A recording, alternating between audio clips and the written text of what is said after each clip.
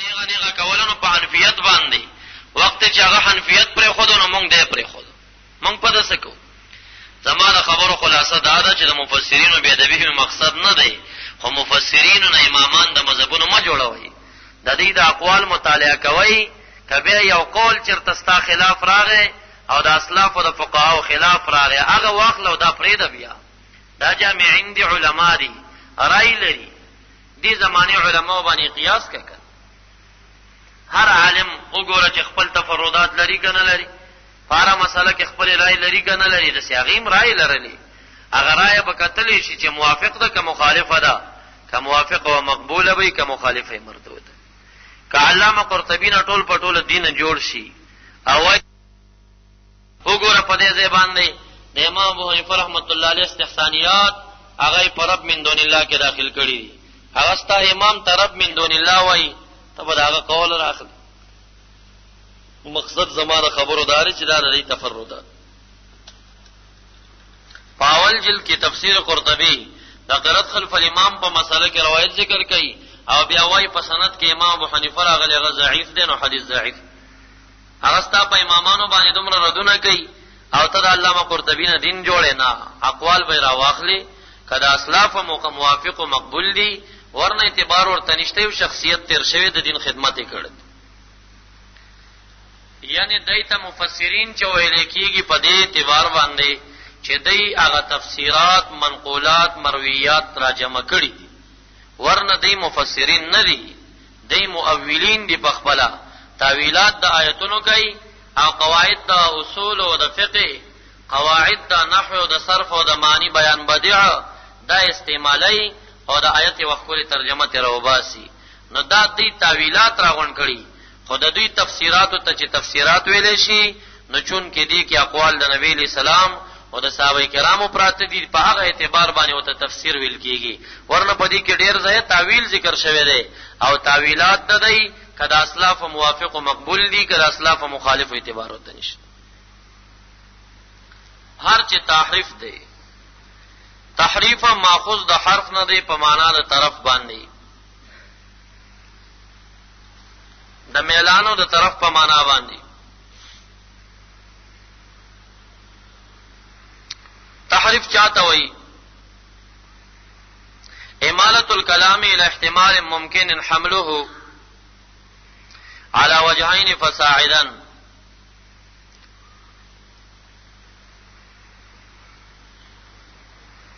د یو کلام حمل په دوو دریو زیاتو طریقو باندې حملېږي چې هغه صحیح وجې دي تا غټولې صحیح وجې پرې دی یو بل وجه مختاره کې یو کلام دی هغه کې 3 4 5 احتمال دي 2 احتمال دي دا 4 پکې صحیح احتمال دي دا یو پکې غلط دی دا 4 دی پرېخې دي دا یو دی راټینګ کړي دې ته تحریف ویل شي ادم مضمون دی رب کریم د يهودو په ځم کې وایي يحرفون الكلمه عن مواضعه دې به کلمې د خپل ذهنونو نه تغییر ورکو تحریف وکړو وقد كان فريقا منهم يسمعون كلام الله ثم يحرفونها دا دغه قبیح عملونه دي تحریف په دوه قسمه دی قران کریم یو تحریف لفظیه دی بل تحریف معنوي دی تحریف لفظی او تحریف معنوي تحریف لفظی په دوه قسمه دی یو تغییر اللفظ دویم اهمال اللفظ تحریف لفظی په دوه قسمه دی تغییر اللفظ اهمال اللفظ لفظ ته تغییر ورکول قرآنی کریم د تحریف لفظی قسم اول نه چې تغییر اللفظ دی محفوظ او مسن دی دې کې څوک تغییر نشي کولای انا نحن نزلنا الذکر وانا له لحافظون دا حفاظت وعده شوی الہ چاته دا توفیق نو ورکړي چې پرې کې لفظي تغییر وکړي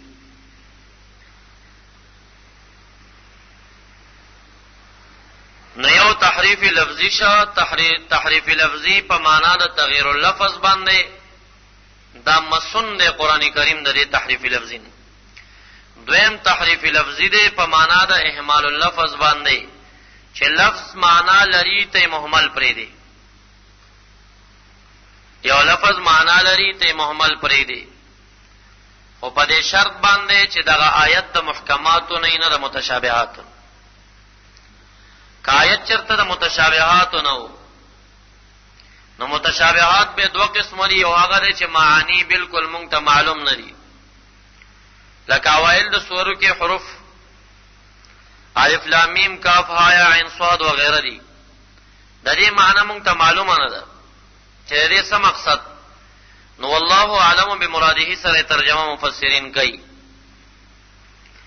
او دویم هغه متشابهات دي چې معنی اشتا، لکه ید، ساق، رجل، وجها وغیرہ نسبتونه چې الہ العالمین خپل ځان ته کړی دي کلام شریف کې. پدې کې سلف سوای، سلف وای چې والراسخون فی العلم یقولون آمنا به کل من عند ربنا، علم ملاح تسپاری. سفیانی ثوری رحمه الله و فرمایل تفسیره قراءته وقراءته تفسیره، د دې آیتونو تفسیر او ترجمه لوستل دي او لوستل ترجمه ده، نور ترجمه پکې ستا حق نه دی، نه باید دانس کې ترجمه شود بدست. نور ظلم سوای مناسب دا خبره هم نه ده چې د یت ترجمه په لاس باندې وشي، دې کې د عوامو ذهن کې څنور وهمونه راځي بیا، بس ویل ولا تلاوت وک. نو متشابهاتو کې صدا سری چې معانی نه لري، صدا سری چې معانی لري لیکن تا هغه معنی مرادول نشي، التم ظاهرا اهمال اللفظ راضی لیکن هغه د متشابهاتو نه ده. سلف پاغي کې دارای لري چې سکوت کوو تلاوت کوو مخکزه، او چا چې پکې سوال کړي او تعمق کړي دی. امام مالک رحمت الله علیه هغه شخص ته بدعتي ویلې دی. یو شخص د امام مالک سره د استوا متعلق تپوس کوي، د مبارک ډیر حیران شو چې تمام کلام شریف کې تاثر در رحمان العرش استوا غم پیدا شو. فاطرق راسه ساعتا، لگتے میں دا سر ټیټ کا سوچ فکر وکا، بے سر راوچت کا ویل الاستواء غیر مجهول، استوا مجهول نه ده. دې کې ګورې حدیث غلط قول نقلی خلکو تداوی چې امام مالک سے ویلي چې الاستواء معلوم، دا کذب دی په امام مالک سے باندې. امام مالک سے قول د معلومون نه دی کړي، او وايي الاستواء غیر مجهول، استوا څه مجهوله نه ده، ثابته ده. قران کریم کې ذکر ده. الکه دا پیښور معروف دی که مجهول دی، نو دا غیر مجهول دی. اوس د پیښور د ټکی خپل معنی سره چاتم پته نه لګي، دا جدا مسله. یو معلومن دی، معلومن معنی چې معلوم اللغه دی. امام مالک سے معلومن نه دی ویلي، غیر مجهول نه ویلي، مجهول نه دی. او دا غیر مجهول ولی ویل هم دی لپاره چې لغوي معنی ته ځین لاړ نشي. والکیف مجهول، کیف مجهول دی. والسؤال عنه بدعه، سوال ورنه بدعت دی. اسائل توي اراك رجلا سوءا فخرج عني، ما ته ډیر بد سړی معلومیږي، زما د مجلس نه روکیږي وزه. فقط په سوال باندې چې د الرحمن العرش استوا تپوس قدرې کړو د مجلس نه وشړل، دا د سلف رایه ده. امام شهرستانی رحمه الله په الملل والنحل کې وای د امام احمد ابن حنبل رحمه الله چې دوی ډیر کرته داغه اقوال په دې مسله کې نقلای. هغه وای ک یو مولا تقریر کو او د تقریر په منځ کې ید الله فوق ایدیهم آیت ولستا، او د ید الله سره د الله سو خوځو. قلب المؤمن بین اصبعین من اصابع الرحمن يتقلبها كيف يشاء، د دې حدیث د لستو سره چا ګوتی وخځول. وی قاضی د وخت ته پکار دی. امام احمد ابن حنبل سے بوئی ان تقلع يده واصابعه، چې د لاس او د ګوتی کټ کړي شي، دا دې شوټ شي چې بیا بل وخت کې چرته داسې بیان د خلکو مخ کې ونه. سلف خدا راي لري. سلف خو امام مالک سے و چې فقط په سوال والاته بدعتي وي او د مجلس نه وشو.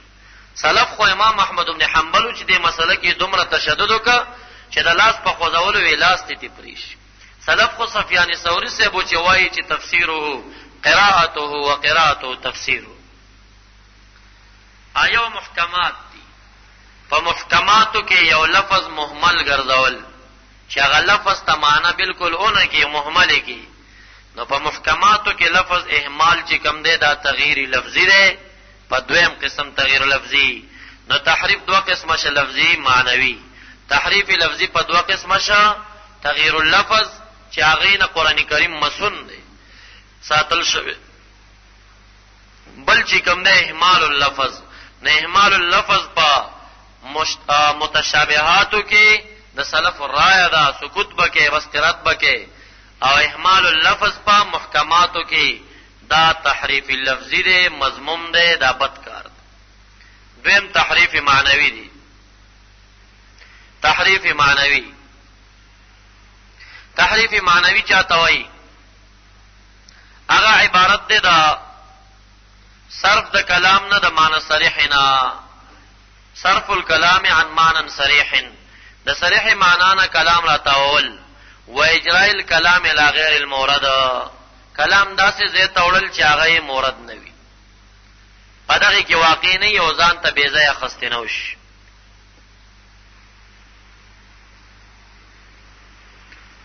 نو تحریف لفظی قسم اول نه قران کریم مسن، تحریف لفظی قسم ثانی اهمال اللفظ دا دخل کو نکیږي، باطل دی. تحریف معنوی چې کم نه دا په قران کریم کې کیږي. نوی جماعتونه او نوی روشنی والا دای چې څومره قران کریم کې ګوتی وਹੀ نو دا تحریف معنوی دی. نو عوام دې غلط فهمي کې نه پریوزي چې قران کریم کې څو غلطه معنی نشي کولای، غلطه معنی کولای شي، غلط لفظ نشي جوړولای. نو قران کریم لفظ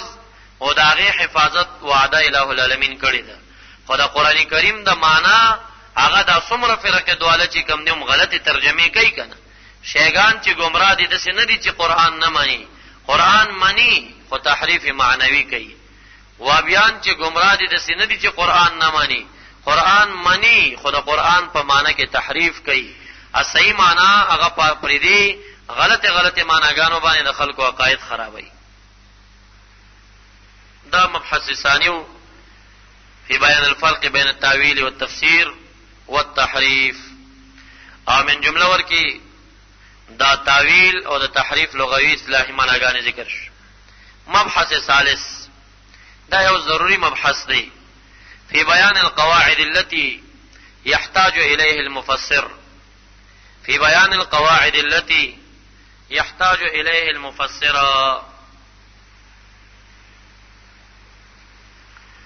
بیان دا قواعدو چې هغه ته مفسر ضرورت لري.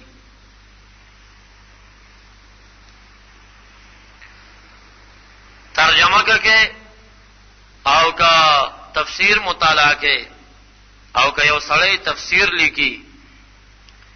نو دغه لپاره دا قواعد او ضوابط لابد منها دي، خامخا به د ضوابط او قواعد یاد کړی وي. اول دا غینه معرفت الضمائر، دیو ضمائر پیژني او د ضمائر مفاد به هم پیژني چې ضمیر څه د پاره په کلام شریف کې راوړل کېږي. نحو کې تاسو دومره قدر ویلي دي چې ضمائر درې قسمه دي. ضمیر د تکلم او د خطاب او د غیاب دي، او هر چې ضمیر د غیاب دی دا غیر لپاره مرجع درې قسمه ده. کله به مرجع صریحي وي، کله به مرجع معنوي وي، کله به مرجع ضمني وي، دا حکمي وي.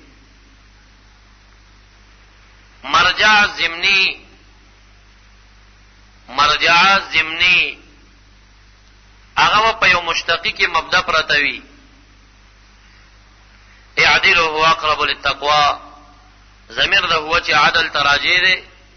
نو دا عدل په ضمن د اعدلو کې پروت. او مرجع حکمی چې کومه ده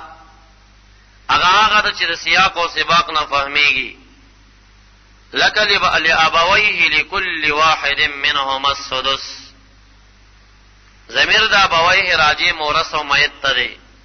میت ذکر شوی نه دی، خو خبره د میراث د میراث وارث او مورث غواړي، او چې مړ نه وینو ته هغه پورې میراث تقسیمیږي نه. نو لہذا ضمیر د ابویه راجع د مورث لرا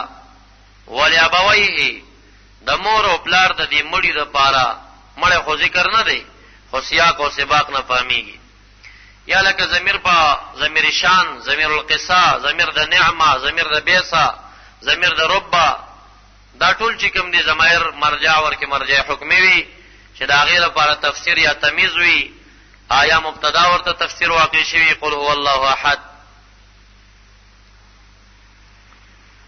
دا لوی غرض په ذکر د ضمایرو کې اختصار وي اختصار ضمیر چې راوړل کېږي د اختصار د پاره چې اجازه او اختصار راشي تاسو ګورئ الہ العالمین د شلو الفاظونه په یو ضمیر د هم باندې تعبیر کوي څومره اعلان نکړه ان المؤمنین والمؤمنات والمؤمنین ان المسلمین والمسلمات والمؤمنین والمؤمنات والقانتین والقانتات والصادقين والصادقات والصابرين والصابرات والخاشعين والخاشعات والمتصدقين والمتصدقات والصائمين والصائمات والحافظين فروجهم والحافظات والذاكرين الله كثيرا والذاكرات شل الفاظ دي شل اعد الله لهم مغفرة واجرا عظيما تیار کړي خدای تعالی لهم دې ټولو ته کدا یو هم نه نو بیا به د سی ویلې اعد للمسلمین والمسلمات والمؤمنین بیا به ټول تکرارول نو په یو هم ضمیر باندې د شل الفاظونو اختصار وش نو لوی فائدہ دراوړلو د ضمیر هغه اختصار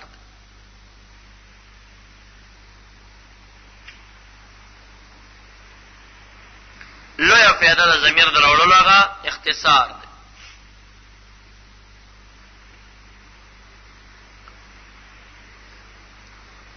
او مخکې مې ذکر کړل چې ضمیر با یا مرجع ورته صریحي وي لکه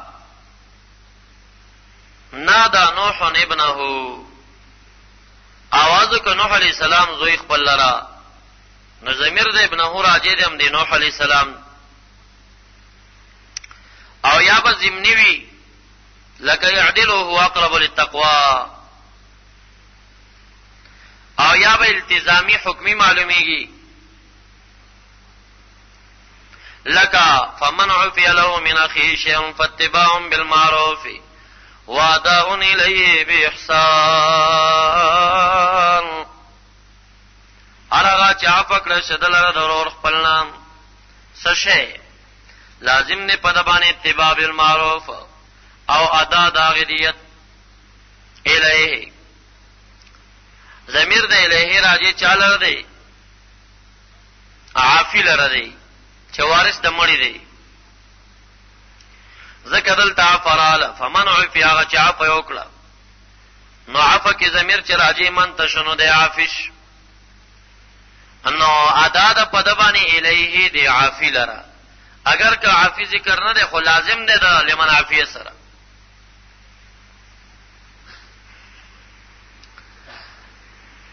مرجع د ضمیر بکله مؤخره وی لفظا نردبتن دا جایزه ده فاوجس فی نفسی خیفة موسی نو مندکلا ځان سره یرا چا مندکلا موسی علیہ السلام موسی فاعل او جسدین او ضمیر د فی نفسه راجع دی موسی ته نو موسی اگر که مؤخر دی لفظا خو مقدم دی رتبتن چې فاعل لپاره دا او جسد نو کله به مقدم وی رتبتن اگر که مؤخر به وی لفظا دا جایز کله به ضمیر مقدم وی د مرجع خپل نه لفظا او رتبتن او مرجع به مؤخر وی هم لفظا او هم رتبتن خدا غیر لپاره چن شرایط شته یو باغه موضع وی چې ضمیر شان القصوین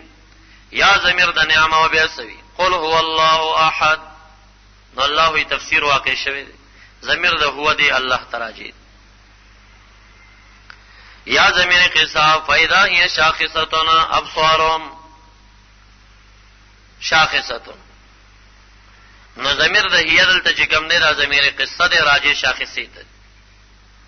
یا ضمیر د بیسا بیسا للظالمین بدلا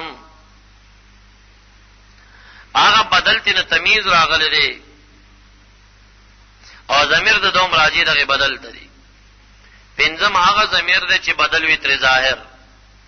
فسواهن سبع سماوات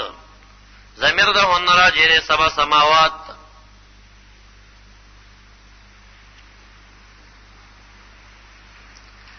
دا پیجندل دا زمایرو چې کم دی دا هم بحث دی په فن تفسیر کې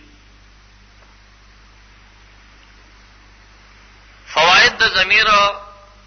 لوی فائدہ دار چې اختصار راولي لکه مخکې مثال پیش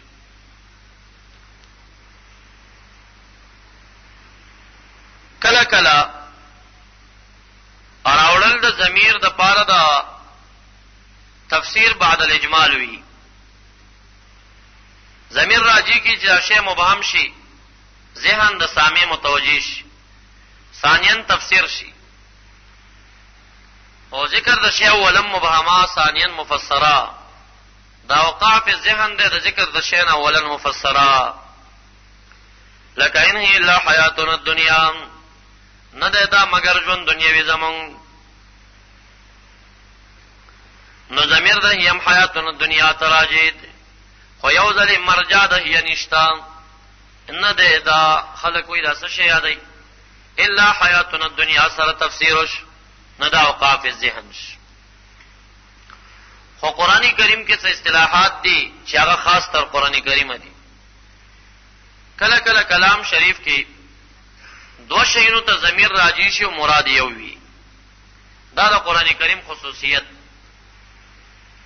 من جمله راغنه سورۃ الرحمن 2 نمبر آیت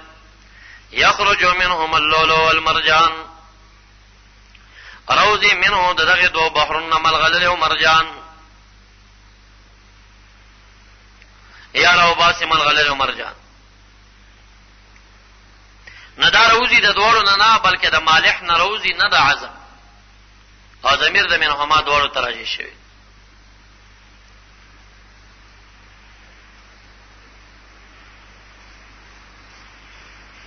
کله داسې وی چې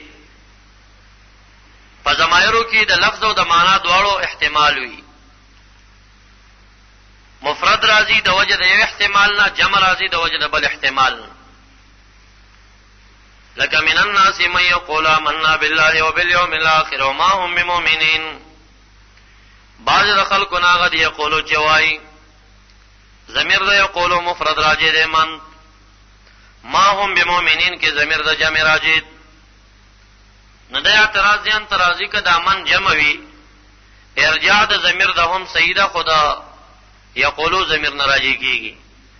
او کدا مفرد وی نه د یقولو ضمیر راځي کیږي خدا هم ضمیر ناراضی کیږي نو جواب بدایي چې دا جمع د معنن مفرد د لفظن ضمیر د یقولو په اعتبار د لفظ راځي او ضمیر د جمع په اعتبار د معنا راځي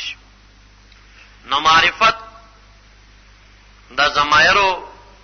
او د مرجع د ضمایرو او چې مقدم راځي که مؤخر راځي او دغه مواضع د دې معرفت په فن تفسیر کې ضرورتونه نه دي نو ضمایر درې قسمه تکلم خطاب غیاب د غیاب مرجع درې قسمه صریحی ضمنی حکمی او ضمیر چې کوم دی اکثرا به مقدم مرجع به مقدمه وي د ضمیر غائب کله به مرجع مؤخر لفظن فقط وي کله به مؤخر لفظن ورتبتن وي په ضمیر شان ضمیر قصا ضمیر بئس ضمیر نعمه ا ضمیر رب کې یعنی بدل ته ظاهر راشي او راول د ضمیر د پاره د اختصار کیږي دویم په دې باب کې د مفسر د پاره لابودی د معرفت د معرفي او د نکرینه چې د معرفت او نکره پیژني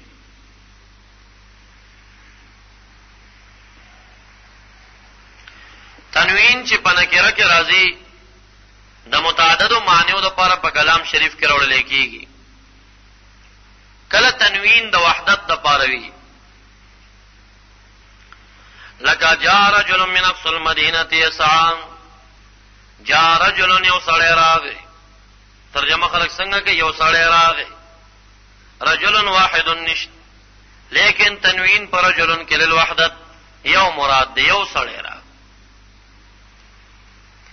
کله تنوین للنوعوی نوعیت معلومی ولتجدنهم حرص الناس على حياه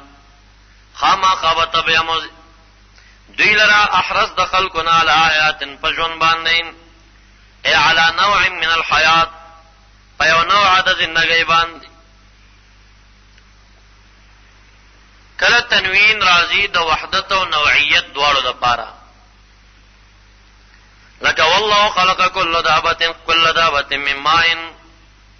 یقینا خدای تعالی پیدا کړی هر دابه د وبونه. نو کل دابه تنوین په دابه کې لنوع ده کل نوع من الدابه دا شان تنوین په دابه کې دالل عددم دی دا وحدت د پاره کل فرد من افراد الدابه کل فرد من افراد الدابه من فرد من افراد الماء. نو تنوین په ماء او دابتن کې للعدد وللنوع دواړه یعنی للفردیت. کله تنوین راضی للتعظیم فاذنوا بحرب من الله فاذنوا بحرب من الله بحرب عظیم. نو ضمیر په حربن کې دا للتعظیم. او کله تنوین راضی للتکثیر کثرت د پاره برازی ان لنا لاجرا ضمیر دا اجرا للکثرت دے اجرا وافرا کثیرا منتبس ډیره تنخواوی. کله با ضمیر د تعظیم او د کثرت دواړو د پاره راضی چې دا شپږمه معنی د تنوین لګوایو کذبوک فقد كذبت رسل من قبلك. نو ضمیر د رسولن للتعظیم اے رسولنا عظام لوی لوی رسولان. او داشان د کثرت د پارم دی ذو عدد کثیر سډیر رسولان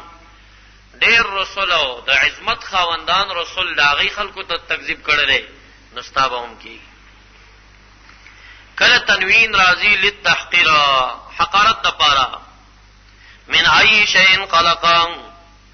ضمیر دا تنوین پر شین کې دا للتحقیر من ای شیء سشینه پیدا کړي. خلق الانسان قتل الانسان وما اكفر من ای شیء خلقا من ای شیء حقیر مهین. ثمره د سپکشینه پیدا ده چې د شرم نه نو مخستل کېږي نه نو کبر نه خایوس. کله تنوین د تقلیل لپاره وی وعد الله المؤمنين والمؤمنات جنات تجري من تحتها الانهار خالدين فيها مساكن طيبة في جنات عدن ورضوان من الله اکبر. ضمیر پر رضوان کې دال تقلیل دی اے رضوان قلیل من الله اکبر من كل شيء. دا الله جل جلاله نه لګ رضا کم رضا دا سره ډیرو شینو نه غوړه ده.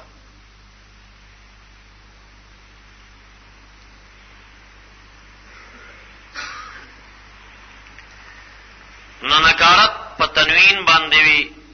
تنوین بکلا للفردیت وی کله با تنوین للنوعیت وی کله با لکلهما وی کله با للتعظیم وی کله با للکثرت وی کله با لکلهما وی کله با للتحقیر وی کله با للتقلیل وی. دا تنوین معناګانی هر چې تعریف دی. نو معرفی تاسو پیژندلی دي په ضمائر معرفه راځي په علام راځي موصولات دي اسماء اشارات دي معرفه په الف لام دا معرفه په ندا دا مضاف به کې زنها یو د دیو ته مضاف شي.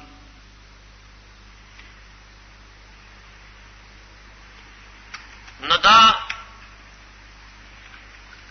تعریف چې راځي یو شو تعریف چې راځي کله به تعریف په ضمائر باندې راځي ضمیر د متکلم، ضمیر د مخاطب، ضمیر د غائب چې دا اعراب